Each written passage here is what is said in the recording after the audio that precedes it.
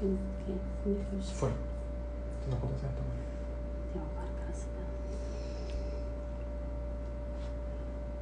Olá, boa noite. Tem que entrar na minha conta aqui.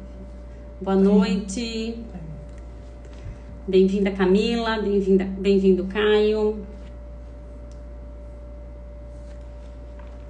Olá, boa noite. Olá, Suzane. Bem-vinda, Laura.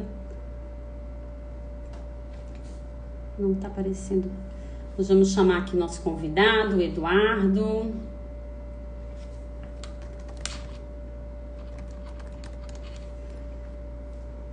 Aqui participar, ver solicitação, vamos transmitir ao vivo. Então, nosso convidado já vai entrar. Olá, Denise, boa noite, Mari. Olá, conseguimos! Agora deu certo. Tudo bem? Tudo bem, Eduardo? Boa noite, muito bem-vindo. Deixa eu botar aqui. Feito. Essa é uma noite de atrapalhações. Eu fui botar o meu celular e o meu pedestal quebrou na minha mão. Então, nossa! Estou segurando na minha mão o próprio celular, mas faz parte. Então, veja aí se consegue apoiar em algum lugar, senão vai na mão mesmo, né? É isso aí. Não, eu até poderia apoiar, mas ele está sem bateria. Eu tenho que ligar. E aí eu não tenho muito seguro, eu se eu largar ele cai, ó. Mas vai dar certo, a gente faz com vai dar certo. É isso aí, faz parte. Que legal. Vamos começar então para a gente poder usar o nosso tempo. Isso mesmo. Então, queria te dizer que é um prazer, né, estar com você nessa noite e que é uma honra para toda a diretoria da CATEF ter você conosco. Que joia, agradecemos muitíssimo o teu convite. A gente sabe que a tua agenda é bem concorrida, né? Você tem sempre muitos compromissos. Tá com um bebezinho, né, bem pequenininho aí, o Arthur, né, que você já me mandou foto, muito lindo, parabéns, né? Exatamente. Então, a gente está realmente feliz de estar com você nessa noite. E você nos brindou, além, né, da sua presença hoje, também com um livro, né? Eu tenho aqui o livro da Terapia dos Movimentos Sistêmicos. Então, eu quero dizer que no final dessa live, a gente vai, então, sortear um livro que foi cedido, né, Eduardo, por você e pela Cláudia Cigaran. A Cláudia entrou. Oi, Cláudia. Isso, a Cláudia está ali bem-vinda. Perfeito. Isso, muito bem. Então, eu vou apresentar o Eduardo, né? O Eduardo Lomanda, psicólogo, especialista em psicoterapia sistêmico-cognitiva, doutor em psicologia pela URGS, né? Pela URGS, Eduardo? Isso mesmo. Pela Federal.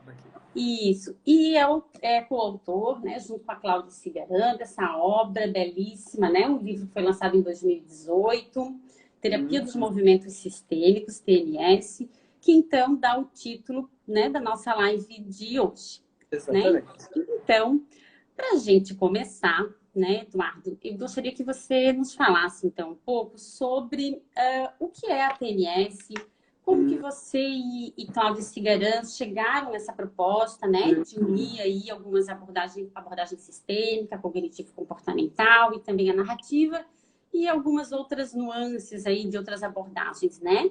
O livro é maravilhoso, né? Então, eu super recomendo a leitura. E, então, se você puder começar nos contando um pouquinho, né, da história da TMS, do desenvolvimento, a gente vai adorar ouvir. Perfeito. Então, antes de tudo, eu quero te agradecer. Muito obrigado, Joyce, pelo convite. A gente fica super honrado. Nós somos pessoas super simples e comuns, então quando a gente vê que as pessoas gostaram tanto da obra, a gente fica até sem jeito. E a gente sempre, assim, gosta muito de poder fazer essa conversa, porque apesar de sermos autores, nós somos psicoterapeutas como todos vocês, né? A gente está exatamente no mesmo barco, assim. E foi exatamente estar nesse mesmo barco que fez a gente poder escrever esse livro. Porque o que acontece, assim, qual é a nossa história, assim, né? Eu e a Cláudia, a gente percorreu esse caminho como psicólogos, etc. Nós somos terapeutas de família, como a gente, né, trabalha, considera toda a nossa PRATEF, a ideia da terapia de família. E aconteceu uma coisa muito importante, assim, eu dei aula na universidade durante bastante tempo, e uma das coisas que eu notava muito, e sempre notei, é que a sistêmica estava cada vez mais sendo esvaziada da academia. E se ela não está na academia, ela não está na mente dos estudantes de psicologia. né? Que, Uhum. quem diria dos assistentes sociais, ou das DED, o pessoal que trabalha com psicopedagogia, menos ainda, né? Uhum. E aí eu comecei a notar, como eu, né, tenho um percurso de mestrado e doutorado de pesquisa, que um dos motivos principais por que isso acontecia era o seguinte: eu, por exemplo, fui lá organizar, né, dar uma cadeira de sistêmica, eu dava cadeira semi na faculdade, e é uma coisa muito simples, né, Joyce? A professora me disse assim: Eduardo, a gente pode comprar os livros que tu quiser, só tu botar, vamos construir essa cadeira juntos. E eu falei, ótimo, daí eu fui ver os livros de terapia sistêmica, Joyce, os livros eram de 1970. A Nossa. grande maioria, assim, ó, assim, a absoluta maioria estavam todos esgotados, né? Sim. E aí isso me fez dar uma angústia, uma coisa que, gente, eu não tenho livro, não tem livro. E os livros que tinham, a maioria, assim, quase todos são de fora, né? Além Sim, escritos em inglês. são todos de fora, são todas literaturas construídas com pesquisa. As pesquisas em sistêmica são brilhantes, mas ao mesmo tempo elas são todas pesquisas de fora, né?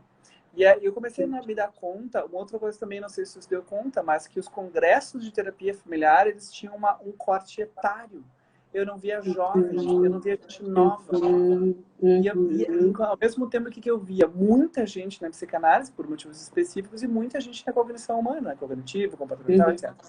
E isso porque tem toda essa reatualização, tem a escrita, tem todo esse processo. Então eu falei, Cláudio, a sistêmica não pode morrer. Ela é uma teoria brilhante, sabe? Tem muitas evidências ótimas. Ela tem uma eficácia gigantesca. E a gente está perdendo tudo isso. E a gente tem um jeito brasileiro de trabalhar, né? A gente tem uma forma nossa de fazer, né? Enquanto vários lugares do mundo inteiro lá trabalham só a escola estrutural, só a escola simbólica experiencial, só a escola aquilo. A gente faz bem... Assim, o Brasil tem vários problemas, né? Mas uma das coisas que a gente tem vindo é juntar isso, criar uma forma integrada com esse processo. E aí eu e a Cláudia, a gente dava uma aula. A gente tinha uma disciplina que era uma disciplina de pensadores, técnicos e teorias. E a gente começou a ver que dar todas as escolas de sistêmica desintegradas estava sendo muito ruim. Os alunos não estavam conseguindo entender direito quando é que usa uma, quando é que usa outra. E eu falei, Cláudia, vamos fazer diferente. Vamos criar um nosso método. Vamos pensar assim, o que está faltando? A gente tem muitos livros de sistêmica que falam sobre os ciclos de vida, falam sobre pontos específicos. Mas um livro assim, que tu vai lá, um aluno de graduação, ou alguém que está começando um curso de especialização, e pensa assim, tá, eu quero atender em sistêmica, o que eu faço do início até o final? Não tem. Tem um lá da Virginia Satir, que ela falou um pouquinho, um minutinho, fala muito pouco, já vai direto para os casos clínicos. Mas um livro que organize um método de trabalho, praticamente não tem. Então, o nosso livro, na realidade, ele é um livro de método. É uma compilação de ideias. Ele é um livro de método. Ou seja, o que tu queres trabalhar com uma terapia sistêmica, o que tu tem que fazer do início ao final. Né? E aí, o que a gente fez? Bom, a sistêmica tem uma falha importante, né, teórica, que é o trabalho com o indivíduo. Por mais que tenha aí tudo isso, a terapia individual sistêmica, ela é muito falha. Desculpa te dizer isso, mas eu trabalho com cognitivo já há muito tempo, vejo assim, todo o trabalho com cognição humana, neurociências, né, terapia dos esquemas que a gente tem visto é brilhante e faz um casamento belíssimo com a sistêmica. Não tem por que separar. E hoje a gente não vive mais um momento de fé teórica, né? Hoje a gente tem que unir as coisas. Porque quem ganha é os pacientes, né? E outra coisa, aqui, ó, até a hora que a Simone falou bem, né? Quem gostou muito do nosso livro, que era exatamente o que a gente queria, foram os professores de sistêmica, que puderam ter um livro de 2018 para poder dar aula de sistêmica, e não um livro de 1980. Né? Não, os livros são maravilhosos, a gente se inspirou em todos eles, todos, minutinho, todos os primeiros são a base, né?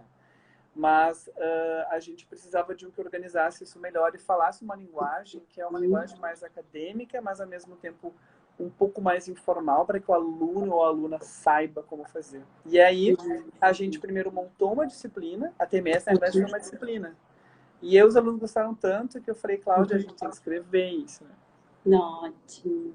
E aí a gente começou, foram 3 anos e meio, e aí a gente organizou o processo do trabalho em sistema. Primeiro a gente integrou a cognição humana para ajudar os terapeutas a trabalhar aspectos individuais a partir, né, da avaliação da cognição, ou seja, do pensamento, o que eu estou pensando, etc. Assim, né? O que eu estou sentindo, né? A sistêmica é muito vazia nisso de trabalhar com regulação emocional, expressão de sentimentos. Então a gente pegou tudo que era de mais atual, Brené Brown, trouxemos várias coisas novas que estavam aí. E comportamento. E unimos também com uma coisa importante, que muitos cursos de sistêmica não têm, e que isso é uma coisa que eu gosto muito de estudar, e no curso, aqui no livro a gente pôs, que é ensinar também o pensamento sistêmico. Ou seja, a gente começar a trabalhar sistemicamente, entendendo o que é o pensamento sistêmico, que na realidade está em várias áreas, não só na terapia de família. Né? Perfeito, sim. Por isso que a gente mudou de poder pensar que na realidade o que a gente faz não é terapia familiar, é uma terapia sistêmica.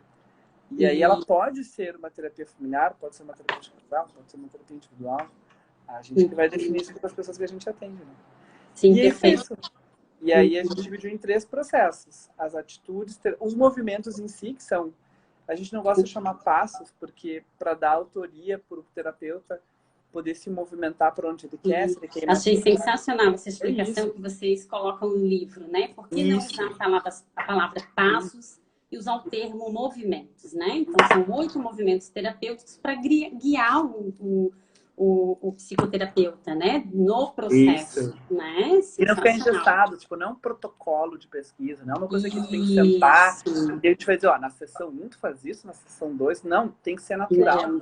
Isso. Tem que ser natural. E o livro é recheado de exemplos, né? Então, você e Cláudia foram muito cuidadosos, né? Então, vocês apresentam aspectos teóricos, mas também os aspectos práticos, né? E fazem, então, a relação entre a teoria e a prática, né? E eu acho que o livro está muito gostoso de ler em função disso, legal, né? Fica muito contente. E a epistemologia, ela aparece, né? Eu acho que ela atravessa todo o livro e eu achei isso sensacional, né? Eu faço doutorado também em sistêmica e estou apaixonada, Agora né? estou curioso para saber. Aonde que tu faz? Eu faço aqui na UFSC. A minha orientadora é a professora Maria Aparecida Crepaldi. Eu estudo um programa de intervenção, mas a minha pesquisa de base é sobre regulação emocional. Né? Então, o livro tá... Então, eu dizia que eu gosto muito de epistemologia, né? De entender, de compreender os pressupostos básicos do pensamento sistêmico, e vocês escrevem muito bem. Né, ao longo de todo o livro, a complexidade dos exemplos, como isso aparece, né? Então, ele é um livro bastante didático, né? Vocês estão realmente super de parabéns. E a gente pensou exatamente nisso, porque o que a gente queria no início mesmo era um livro mais para os professores. Mas, no final das contas, a gente viu que muita gente que trabalha com sistêmica gostou de voltar e começar a ler e repensar. Eu já tive várias pessoas me dizendo, eu tinha bastante preconceito com relação a TCC e eu vi que, na verdade, não era bem isso que eu achava. Eu falei, claro que não é isso que eu achava. As pessoas acham que TCC é tipo assim, é reforço positivo para ratinhos, né? Quando, na realidade, a TCC é belíssima, assim. E cada vez mais as TCCs têm indo ao encontro das regulações emocionais, da emoção. Cada vez mais a gente está vendo que o que a gente sente precisa ser muito explorado e isso interfere na maneira como a gente pensa fortemente. Tu deve saber isso melhor que eu. Sim, nós somos seres emocionais em essência, né? Então, as emoções, elas precisam ser validadas, reconhecidas, né? E as pessoas aprendem muito isso nos processos terapêuticos, de modo geral, né? Exatamente. E de modo geral também a gente encontra adultos e crianças que têm histórias de desvalidação emocional, né? Exato. Assim, ao longo de uma vida toda, né? Viveram o processo de não validação das suas emoções. De não validação das emoções. E aí o que gera conflito e sofrimento, né? Entre pensamento e sentimento, né? E comportamento. Então, é o zeitgeist do momento. Está muito bem colocado. Todo mundo indo para esse lugar. Mas isso não pode ficar descolado da cognição e nem das relações humanas, das relações de comunicação. Tem um detalhe que eu queria falar que tu perguntou antes, né? Quando a gente fala sobre a TMS, em princípio, a gente ia direto para os movimentos, né? Ou seja, então como é que a gente organiza um processo terapêutico? Eu e a Cláudia, a gente foi discutindo, conversando e tal, e aí a gente organizou em 8 movimentos. E aí, o que a gente fez? A gente pensou, vai ser muito melhor para os alunos a gente dar categoria para os autores do que o contrário, do que a gente pegar cada autor e falar tudo de cada autor, entendeu? Então a gente pensa, tá, peraí. Então vamos pensar assim. Então nessa parte de avaliação do problema, que é o movimento 2, né? O que o Minuti nos ajuda a pensar aqui? O que né, o que o Bowen nos ajuda a pensar sobre isso? O que o Andolph nos ajuda a pensar sobre isso? O que o pessoal da regulação emocional? Ou seja, como é que eu posso juntar toda a galera da Systemic e da TCC para todos eles me ajudarem a fazer uma boa análise da demanda? Então a gente fez o contrário, a gente fez da categoria. Foi aí que a gente criou os 8 movimentos, né? O primeiro que é o vínculo terapêutico, né? Ou seja, fazer a construção desse processo, que é em qualquer processo terapêutico. Depois a gente vai para a análise da demanda. Aí a gente tem o terceiro movimento, que a gente trouxe do Robert Taibbi, que é um psicólogo americano, terapeuta de família maravilhoso, e que ele traz essa ideia de que, bom, a gente precisa escutar o que não está ali. A gente tem que fazer um trabalho de investigação. Sim. A gente não pode necessariamente entender que uma demanda inicial é necessariamente o que a família necessita. Pode ser o que ela precisa, mas não necessariamente o que ela necessita. Então, ele vai, a gente trabalhou bem o movimento 3 para ver isso. O 4 foi um movimento que nós criamos, mas a gente trouxe de outras coisas que a gente já estava lendo, que é a adesão terapêutica. Esse é um ponto que eu queria falar um pouquinho, porque o que acontece? Não sei se tu já notou isso, mas a gente, quando tu é formada em psico ou em serviço social? Sim, Psicóloga? em psicologia e pedagogia. Ah, maravilhoso. Então, quando que a gente quando é que tu teve aula sobre adesão psicoterapêutica? Nunca. Nunca. Nem é pesquisado em psicologia isso. É verdade. Porque isso é muito importante. Muito importante. Muito. Eu dou aula muito pro pessoal da nutrição. E na nutrição esse é um problema gravíssimo. Porque as pessoas não aderem ao tratamento. E ninguém discute isso, né? Ninguém pesquisa isso direito. E aí a gente começou a ler, pesquisar e viu, olha, a gente sai muito correndo como terapeutas para tentar trabalhar e transformar. E a gente precisa parar para primeiro realmente entender o que precisa ser feito. E para poder entender que se as pessoas que estão ali na nossa frente, elas realmente querem isso. Porque muitas vezes, como a gente é da saúde, a gente é muito benevolente. E a benevolência tem um lado sombrio, né? Eu posso, na verdade, fazer a adesão pelo meu paciente, mas é o paciente que tem que aderir. Então, a gente ali pegou a Valério Gásio, que fala sobre polaridade semântica, trouxe o estudo dela, pegou a terapia da narrativa, que fala muito bem sobre isso. E a gente mostrou e ensinou as pessoas a fazerem adesão pela parte mais importante, que nem a TCC nem a Sistêmica trabalham.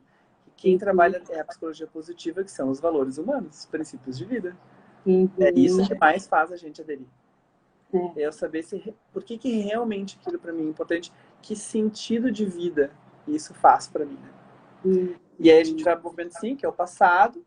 O SENS, que foi uma coisa que eu acho que a gente também resgatou, que estava meio perdido nas terapias de família, que é o movimento 6 é um movimento praticamente assim, centrado na recursividade, no princípio de recursividade. Isso. A retroalimentação. Que a gente esqueceu, a gente meio que deixou de lado, e aí na minha opinião, porque eu amo o sistema que trabalho, leio, para mim a parte mais importante, mais central do conceito sistêmico. É a gente entender como é que a gente retroproduz ou retroalimenta aquilo que a gente entende que é problema do outro. É a base, é o que o Bateson já dizia desde a década de 50, 40, que ninguém ouvia, sabe? É o que o Mohan vai falar, e é o que eu pergunto para os casais. Hoje eu estava em atendimento, e aí eu falei, olha, a tarefa é vocês anotarem uma situação, ó, aí a parte da descrição humana, anotem a situação, o que vocês pensaram, o que vocês sentiram, e anotem o que mais irritou vocês do outro. Agora, a tarefa de verdade de vocês é vocês pensarem se vocês podem ser coparticipantes disso. Isso que o outro fez, que vocês não gostaram, será que tem algo que vocês podem fazer ou deixar de fazer que reforça isso? Porque o que acontece? A grande maioria das pessoas segue tendo problemas porque elas tendem a pensar que os outros, na verdade, são causadores da sua dor, né? Quando, na verdade, isso é verdade, os outros podem causar dor na gente, mas muitas vezes a gente reforça, né? O que o outro faz que nos causa dor. E isso é o que mais a gente pode transformar. É o nosso próprio comportamento. Né? Sim. E o processo de atendimento, né, tanto individual, quando tem terapia de casal ou de família, ajudar as pessoas a se darem conta disso, né? É extremamente importante. Qual é a participação delas naquilo que acontece, né? Porque mudar o outro a gente não muda, né? Mas a gente muda a gente mesmo, na medida em que se responsabiliza, toma pra gente, né? Qual é a minha responsabilidade nisso? Claro, mas refletir sobre isso também é um ato de coragem. Exato. Mas olha só, medida, aí, né? isso é uma brincadeira que eu faço. Na realidade, a gente muda o outro, sim. A gente pode mudar o outro. A questão é que a gente usa o método errado. O que acontece? Quando a gente diz assim, a gente não tem força de mudar o outro. Claro que não tem se a gente fica insistindo para que o outro mude. Pro nosso jeito, né? Ou culpa o outro, né? Isso, mas a gente tem como mudar o outro. Isso. A gente muda o outro mudando a maneira como a gente age com o outro. Sim, ele vai responder diferente. Isso. Exato. É forçando o outro a responder de uma forma diferente frente à minha mudança comportamental, cognitiva e emocional. Eu sempre dou, no livro até não sei se tem isso, agora não me lembro, mas eu sempre dou eu falo uma metáfora, que é a metáfora do quebra-cabeça. É como se a gente fosse uma pecinha de quebra-cabeça, né? Que tem um certo desenho e 4 encaixes. Quando a gente se relaciona com alguém, a tendência é a gente encaixar 2 peças de quebra-cabeça, tem um encaixe que é perfeito, que se encaixam perfeitamente. Normalmente, a gente encaixa algumas coisas boas, mas a gente encaixa os nossos esquemas mais desadaptativos também. E aí isso forma uma imagem. E quando forma aquela imagem, às vezes a gente perde a noção de que existem mais outros 3 encaixes que não foram encaixados. E ficaram sobrando.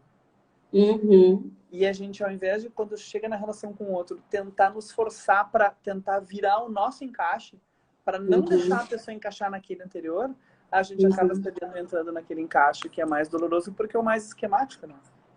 Sim. É o que mais rápido a gente se ativa, aí volta pelo que tu falou, porque é o que mais provavelmente desregula as nossas emoções e mais faz com que a gente tenha comportamentos que a gente já tem aí no nosso repertório aprendidos, né?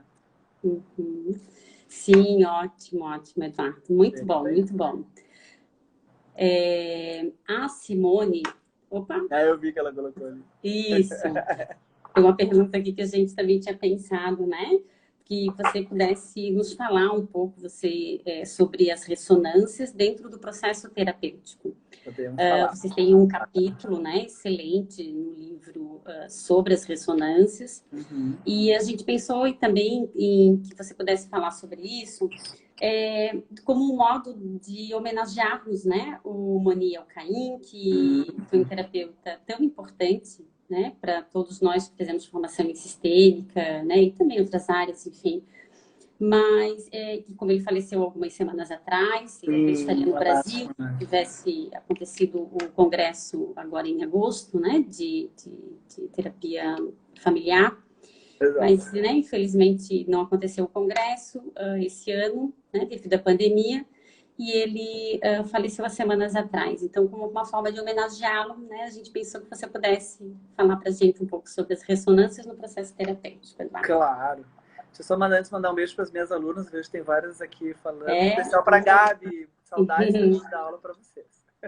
Legal, ótimo. Perfeito, assim. A gente dividiu, como eu tinha comentado antes, o processo terapêutico, o trabalho terapêutico em 3 processos, né? Os movimentos propriamente ditos, que basicamente são recheados de conceitos e técnicas. É isso, é ler o conceito, decorar ele, e aí também, de novo, uma atenção minha como professor mais duro, tá? Eu vejo que muitas vezes psicólogas e estudantes não decoram os conceitos.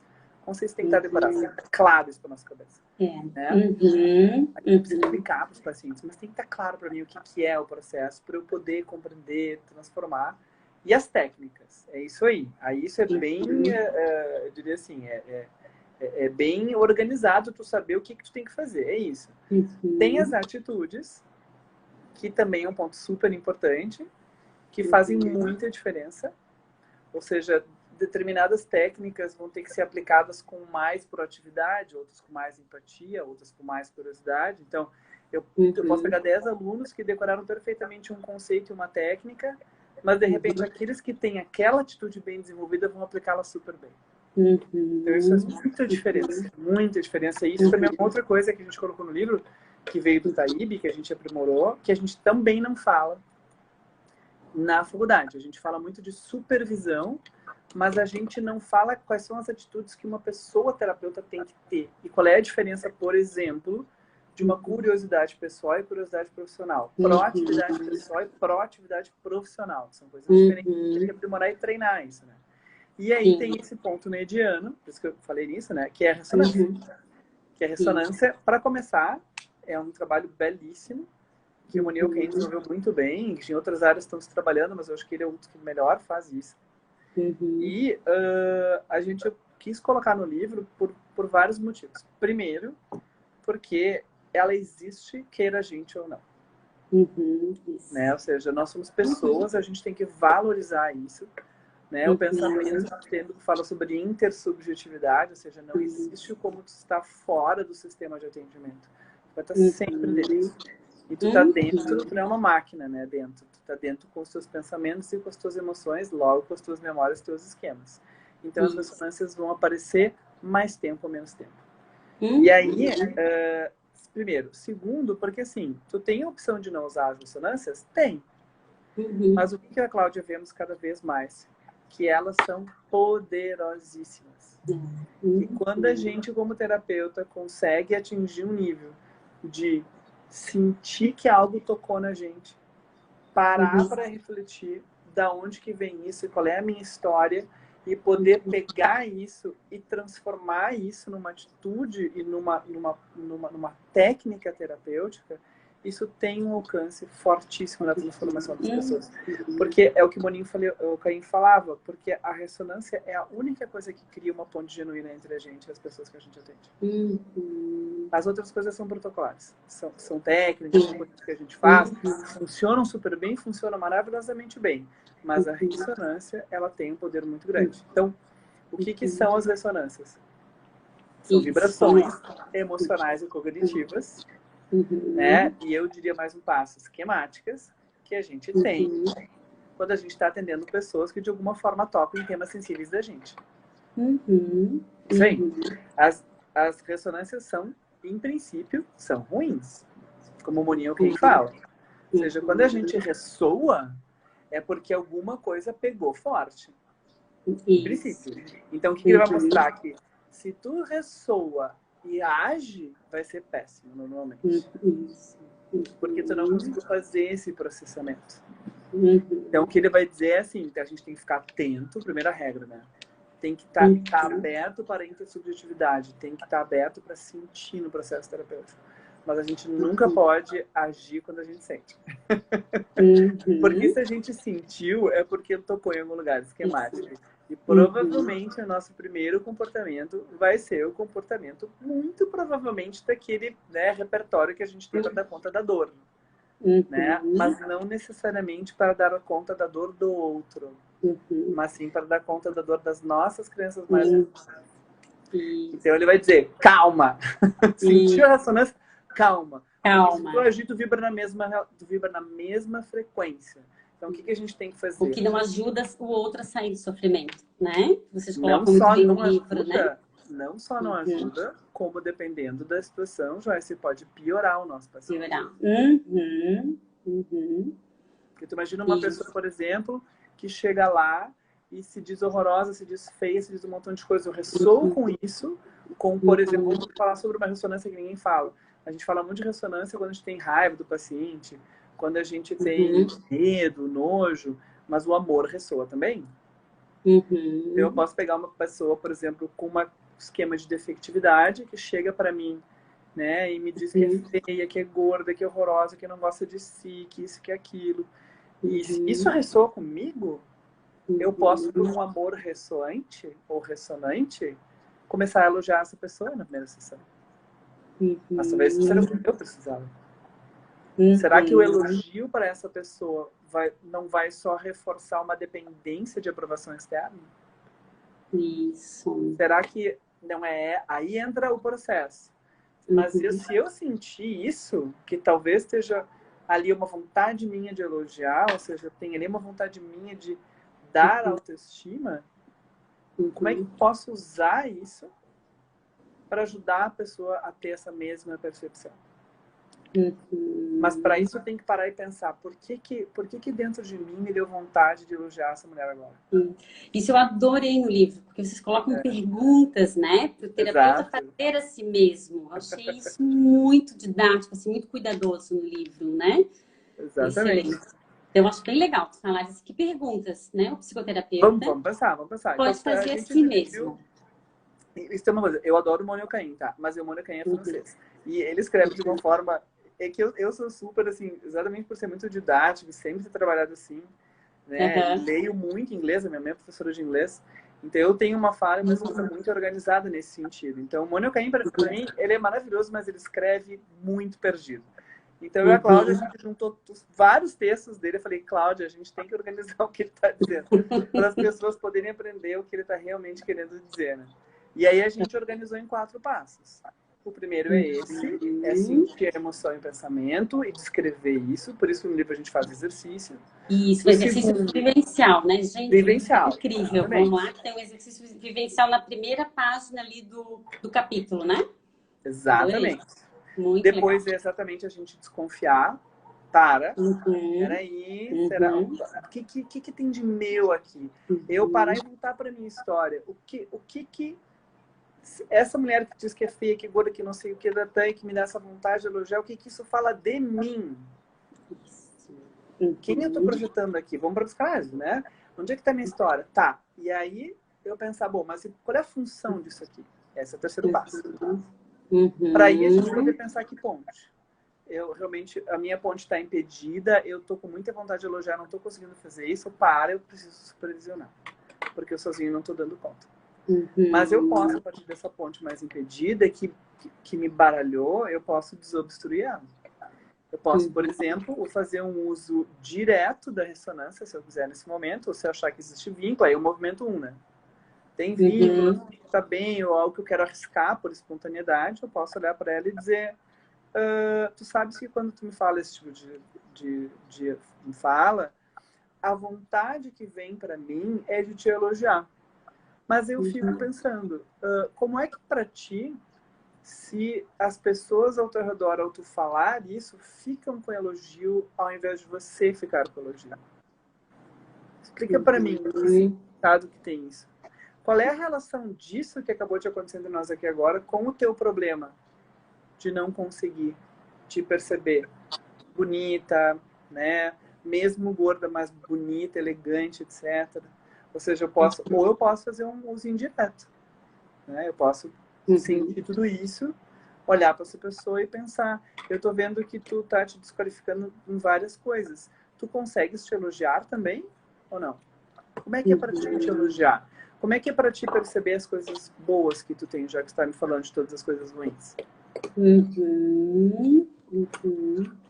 Então, são perguntas, tu entende? O nível de pergunta é diferente. Exato. Perfeito, perfeito. E isso, quando eu uso a ressonância, é muito engraçado, né? Porque a maioria dos pacientes costuma dizer a mesma coisa. Eduardo, tu faz perguntas difíceis. Falei, mas parece que tá me pagando? Senão tu vai conversar com um amigo, né?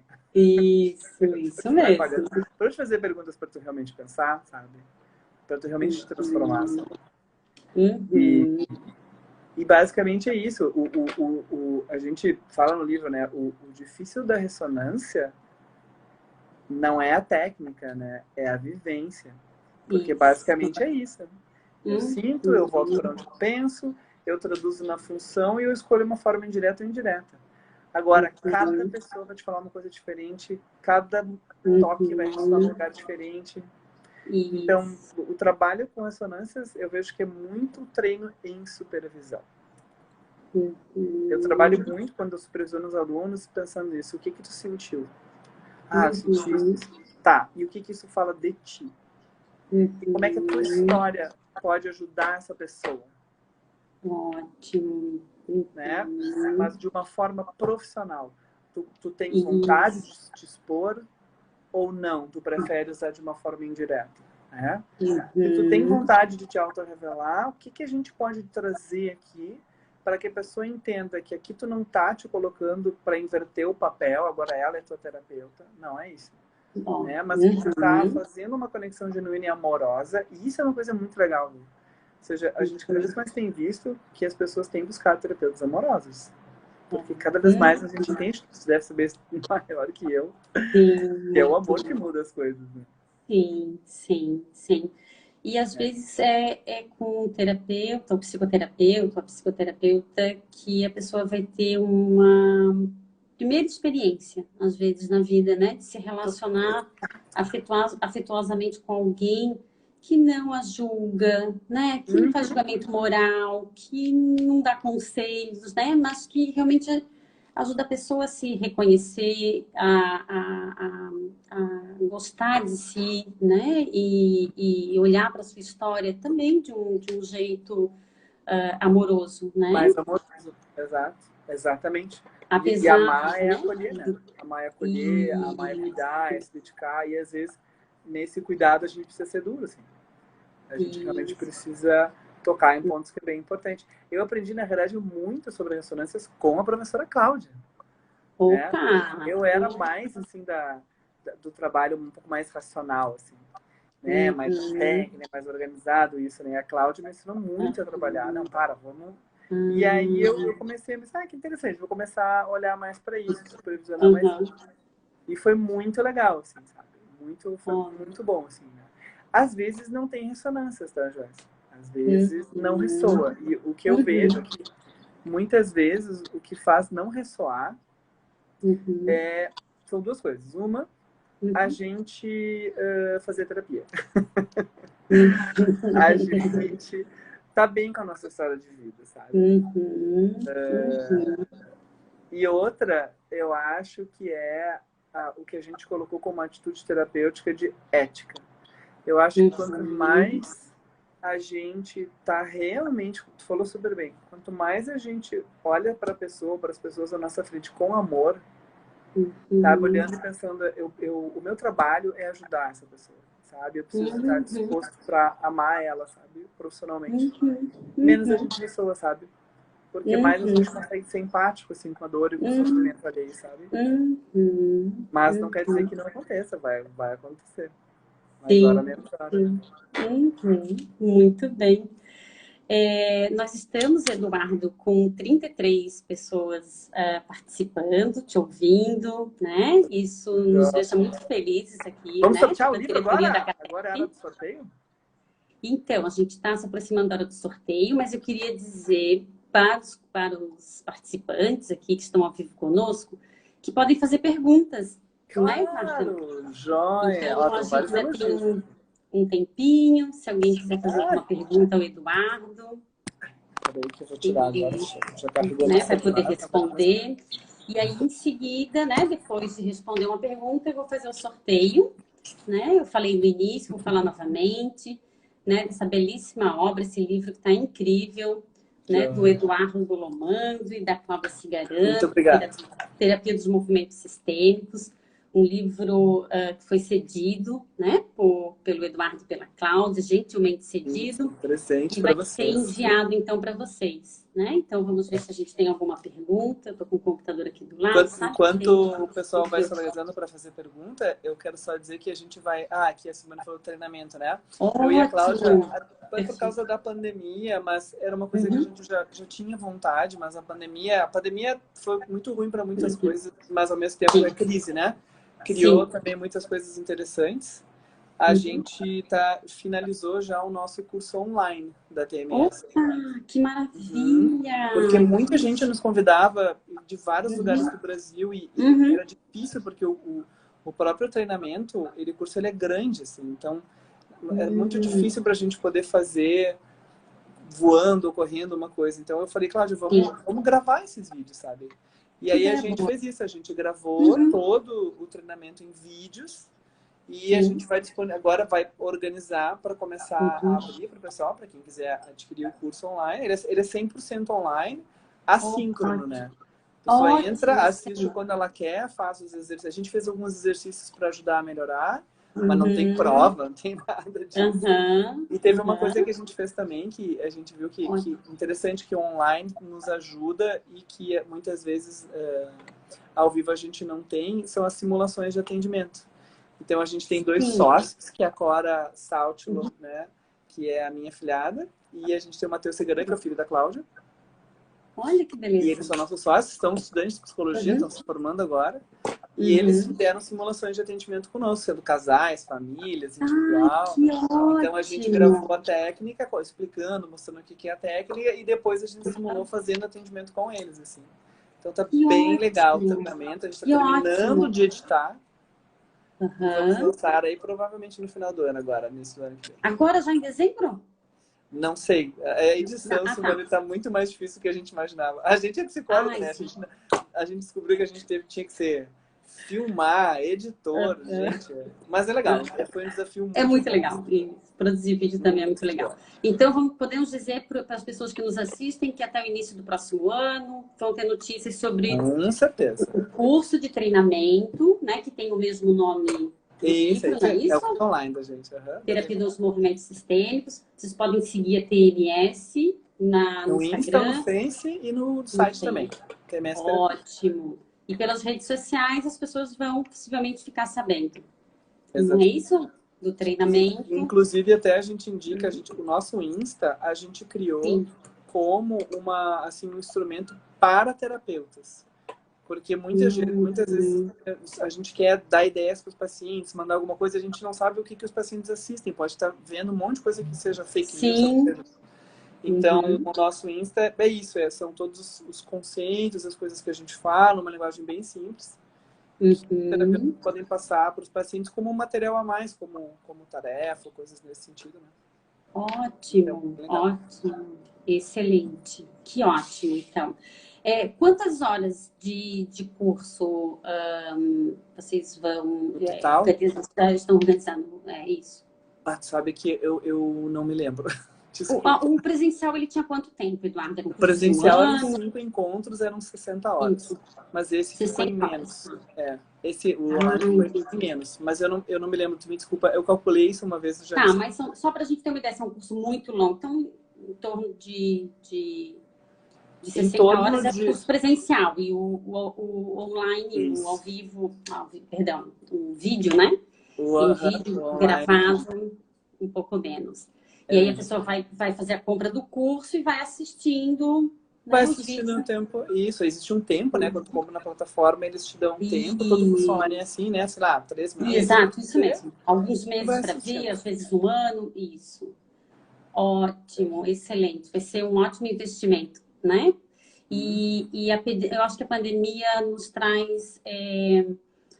nos apresenta, né? Eu acho que nos forçou um pouco essa possibilidade, que se apresenta como muito, muito eficaz, né? Eu acredito que é um caminho sem volta, né? Eu acho que muitos cursos que a gente precisava ir a São Paulo, Porto Alegre, né? Ou Curitiba, enfim, qualquer outra cidade, uma vez por mês ou a cada 15 dias. É legal. Né? A gente vai poder fazer sem deslocamento. Eu né? tenho feito vários cursos online, tenho adorado muito, assim, tem sido muito bom. Claro, a interação é muito joia, sabe?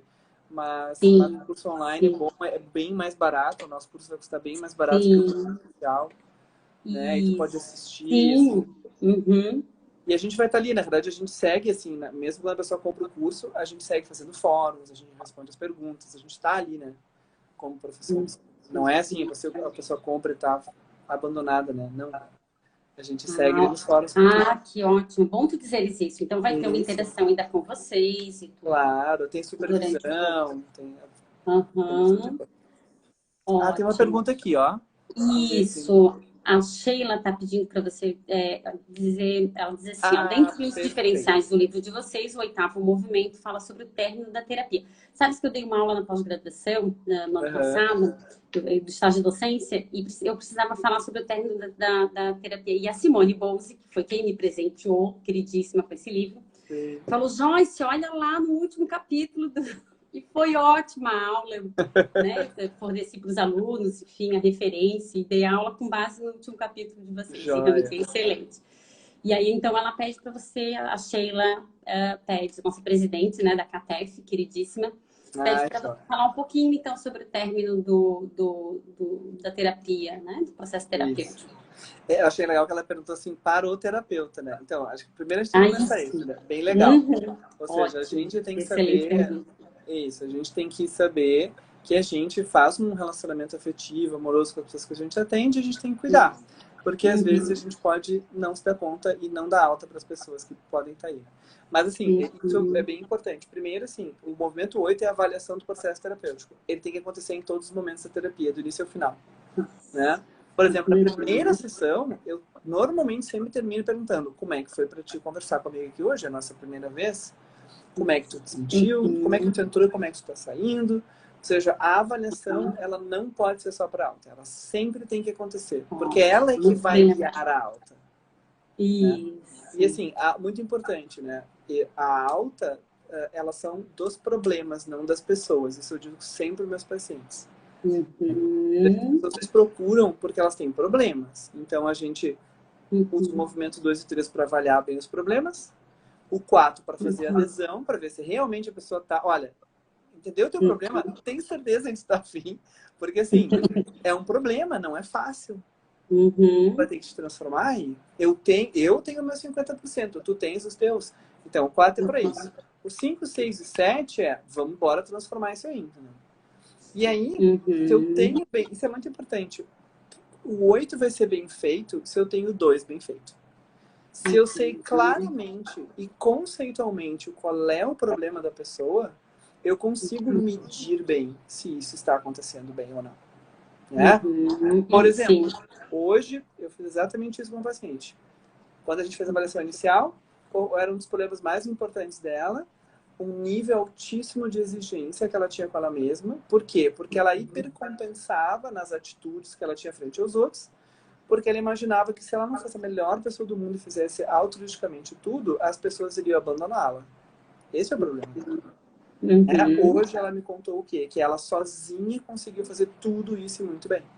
Então, o que eu fiz? Retomei com ela. Lembra lá que aquele era o nosso problema que a gente avaliou? Então, o que você está me dizendo que tu conseguiu fazer? E olha que importante. Você está me dizendo que tu conseguiu fazer isso sem mim. Isso, para mim, que é a pergunta que ela fez, é o ponto da alta. A alta terapêutica não é as pessoas não terem problemas. Para a gente, é as pessoas conseguirem fazerem relatos de que elas entendem qual é o problema e que elas já estão tendo autonomia na solução deles. E elas só estão nos contando o que aconteceu. Isso. Eu tenho uma brincadeira pessoal minha, né? Eu brinco assim, ó, vou botar uma chavinha aqui na tua cofrinho da alta, tá? E na medida que eu vou ver, eu sou muito tranquilo com relação a isso. Na medida que eu falo sobre a alta muitas vezes no processo terapêutico. Essa menina, eu falei, olha, que joia, tu já tá te aproximando da tua alta, porque esse ponto que era central, tu já tá conseguindo fazer sozinho. A gente já tem que seguir acompanhando. E até eu acho que é importante falar, porque essa paciente, por exemplo, me disse assim, como assim, Eduardo, alta? Mas aí o que eu vou fazer sentir? Então, ali, já dá pra gente começar a ajudar a pessoa a entender de que sim, em algum momento ela não vai estar mais ali. Né? Eu acho que a alta terapêutica, não sei se é uma comparação muito boa, tá? Mas eu acho que a alta terapêutica é um pouco que nem a morte. A gente tem que falar sobre ela, sabe? Ela tem que estar ali. Falar sobre a morte não é desejar que alguém morra. É só a gente estar consciente, sabe? Que esse processo está ali, entendeu? E que a gente tem que arrumar para ele, sabe? E que a gente tem que trabalhar para que ele aconteça.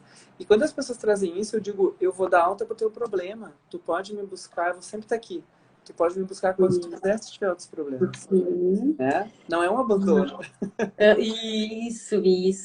Porque se a pessoa tem uma história de abandono, né, é importante falar disso para não arriscar que ela possa interpretar como um abandono. Exatamente. Né? E eu gosto muito eu acho que é no último capítulo que você fala, e eu vou te dizer que eu digo, olha, eu li num livro, né, eu falo em terapia, e é no livro, né, no seu livro, quando você diz assim, vocês dizem, vocês vêm me ver para não precisar vir me ver. Eu adoro esta frase do teu livro. Então, isso eu aí. digo, olha, eu li num livro, né, que eu gosto muito e eu repito, vocês vêm me ver para não precisar vir me ver. E as pessoas riem, acham graça, né? E eu acho muito legal a gente poder Eu falo dizer isso para quase todos os meus pacientes. eu acho lindo, assim. Você e Cláudio estão de parabéns. Essa frase, assim, Mas, eu dou autoria para vocês, mas eu uso ela muito em consultório. Que bom, pode usar, é para usar tudo. A gente não tem ciência, é aberto, assim. E eu acho que isso é importante a gente falar, porque as pessoas têm, Joyce, uma representação por causa de outras terapias, de que terapia é uma coisa infinita. De que as pessoas têm que ficar 20 anos num processo terapêutico e não vão ser curadas nunca, porque isso é bobagem. O processo terapêutico é finito e ele termina quando os problemas terminam. Né? E ele pode ser iniciado? Claro! Eu tenho pacientes que tenho um casal que é a terceira vez que eu atendo eles. Né? E é um terceiro problema. Isso! E é muito bom, porque eles me têm como alguém que eles podem ter ajuda, sabe? E várias vezes eles dizem assim, sabe, a gente tá falando, às vezes a gente lembra assim, que a gente falou em terapia, e aí a gente se questiona se a gente não tem que voltar lá e fazer uma sessão, mas aí a gente tenta ver, aí uma hora que a gente não consegue, a gente volta. Ótimo. Sim, muito bom, né? Isso possivelmente é muito gratificante para todos nós, né? Porque a gente sabe que é uma referência importante para aquele casal, para aquela família, né, para a pessoa que foi atendida por um tempo, né? Então, eu costumo dizer assim, ó, vai para a vida e se precisar, tô aqui, né? Mas vai para a vida, né? Exatamente. Tá pronta, vai para a vida, né? Então, é muito gratificante essa nossa profissão, não é não? Muito. E sobre a Suzana falou uma coisa que ela fez uma formação em TCC, uma das nossas ouvintes, e é bem isso. E o que eu vejo, assim, uma coisa muito interessante. O pessoal da TCC admira bastante a sistêmica e conhece muito pouco. Então, aí também é um lugar muito joia para a gente fazer essa discussão. Né? Para o pessoal da sistêmica começar a se aproximar do pessoal que trabalha com cognição humana, com emoções, regulação emocional, com comportamento. Porque é um casamento lindo, é algo que precisa ser colocado. Né? E a gente está cada vez mais nesse momento de interação teórica, clínica. Né? Sim, sim. Eduardo, eu ficaria aqui mais uma hora conversando com você tranquilamente. E aposto que Sheila, Simone, Michele, Suzana, a diretoria inteira, eu ia adorar estar aqui conversando contigo. A diretoria de vocês é muito joia. Eu acho muito legal. Que legal. Então, em nome de toda a diretoria da CATEF, eu te agradeço muitíssimo, agradeço também a Cláudia, né, por cederem o livro, por você estar aqui falando das construções, né, que você e Cláudia fizeram e nos presentearam, né? Eu acho que realmente é um privilégio a gente ter uma publicação nacional, né? Exato. Né? Desse porte, né? E certamente vamos ganhar todos com a publicação aí, né, dos vídeos, da formação do curso de terapia dos movimentos sistêmicos.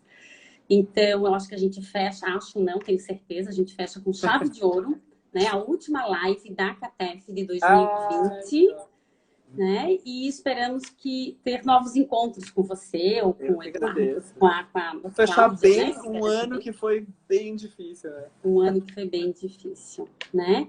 Mas esses momentos de lives, né? Esses momentos, eles nutrem, né? Eu acho que eles trazem um arezo, né? Nos trazem um ar novo, né? Um ano tão difícil que tivemos. Então, muito obrigada muito a você. Muito a Simone também, e todo o pessoal da CATEF, assim, ó, de coração. Sim, obrigada. E aí, antes de fechar, a gente está quase, né, no nosso tempo aqui terminando, eu vou anunciar, então, a sorteada. O sorteio, então, aconteceu desse livro, né, cedido como eu já falei, pelo Eduardo e a Cláudia. A gente tem pessoas entrando aí, então, né, para saberem o que a gente está falando. E o sorteio foi feito entre as associadas e os associados da CATEF. Tá? Quem ganhou? A Simone Bolsa acabou de fazer o sorteio nesse momento e me enviou o nome. Então, a sorteada da CATEF foi a Marilei Vieira. Eu vou pedir que a Suzana, uma das meninas, coloque o nome ali. Parabéns, Marilei Vieira. né? Você vai ganhar essa belíssima obra, né? Que vai chegar aí na sua casa. Depois, né, a gente vai fazer contato com você para enviar o vídeo. Para a gente enviar para ti, a gente vai enviar para a Marília. E vocês vão enviar. Perfeito. Tá, ó. Beijo para Recife então, também. Ficamos por aqui Recife hoje. manda beijos para nós aí. Isso. Obrigada, Cláudio. Um beijão para ti também. Ó, Obrigado. Bem apertado para você, Eduardo. Um beijo no baby, né? Tudo de bom. Um Feliz Natal. Meu marido acabou de botar ele para dormir, tá me olhando agora com aquela cara assim, agora é minha vez. É isso aí. Não, já terminamos aqui. Marília Vieira, parabéns. Simone, obrigado. Tchau, tchau, beijos. Obrigada. Tudo demais. Até mais. Tchau. Boa noite a todos. Obrigada pela presença, pessoal.